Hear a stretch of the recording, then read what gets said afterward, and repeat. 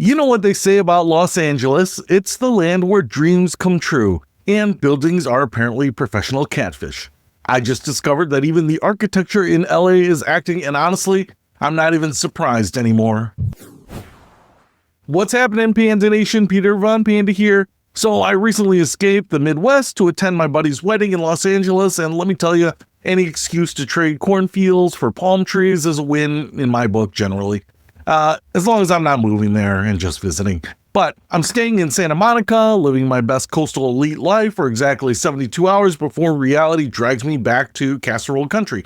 But here's where things get interesting, and by interesting I mean, wait, what the actual hell is happening here? I'm riding in my Uber, probably paying $40 to go 3 blocks because that's how LA rolls when you have a maximum speed limit of about 3 miles an hour, when I spot this really nice looking office building. You know, the type retail shops on the ground floor, and then these beautiful mirrored glass windows stretching up what looks like 4, maybe 5 stories. Very professional, I definitely have my life together, and my LinkedIn profile is immaculate.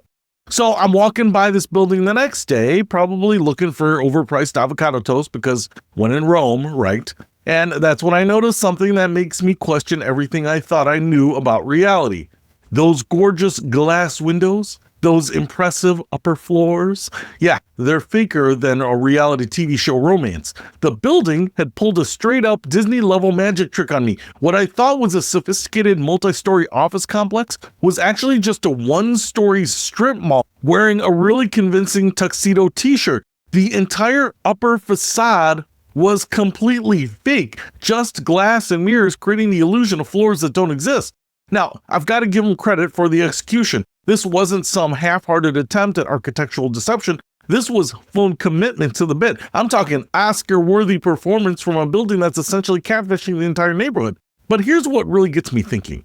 And you know how dangerous that can be, especially for as few. This whole experience was like finding out that your sophisticated college professor is actually 3 kids in a trench coat. Impressive, absolutely. Slightly disturbing, absolutely. But you know what? I respect the hustle in a city where everyone's trying to make it big. Even the buildings out here have fake headshots and inflated resumes.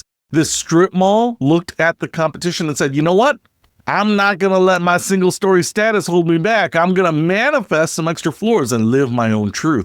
And apparently it worked. For a solid 2 days, I was completely convinced I was looking at a legitimate multi-story building. The facade had me fooled harder than a magic show at a kid's party. So the next time you're walking around any city, not just LA, take a closer look at the buildings. Because apparently, architectural catfishing is a thing and we're all potential victims. That impressive office complex might just be a really confident strip mall with commitment issues and a really good contractor. Peter Von Panda, out.